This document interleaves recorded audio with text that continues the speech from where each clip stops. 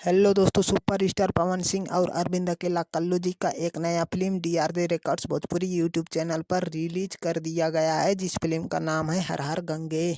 और दोस्तों, आप सबको बता दें कि इस फिल्म का प्रोड्यूसर है अभय सिन्हा जी, AK पांडे जी और YR वर्मा जी। और दोस्तों, इस फिल्म का डायरेक्टर है चंदन कन्हैया उपाध्याय जी। और दोस्तों, अगर इस फिल्म में काम करने वाले कलाकारों का बात करें तो इस फिल्म में काम करने वाले कलाकार हैं पावर स्टार पवन सिंह जी, स्मृति सिन्हा जी, सुपरस्टार अरविंद अकेला कल्लू जी, अमित तिवारी जी, अनुराधा सिंह जी और भी कई सारे कलाकारों ने इस फिल्म में काम किया है दोस्तों। और दोस्तों, आप सबको बता दें कि ये फिल्म एकदम शानदार, दमदार और धमाकेदार फिल्म है दोस्तों। जी हाँ दोस्तों, ये फिल्म एकदम शानदार, दमदार और धमाकेदार फिल्म है दोस्तों। तो दोस्तों, आप सबसे गुजारिश करते हैं कि आप सब DRJ records Bhojpuri YouTube channel पर जाके इस फिल्म को देख लीजिए दोस्तों।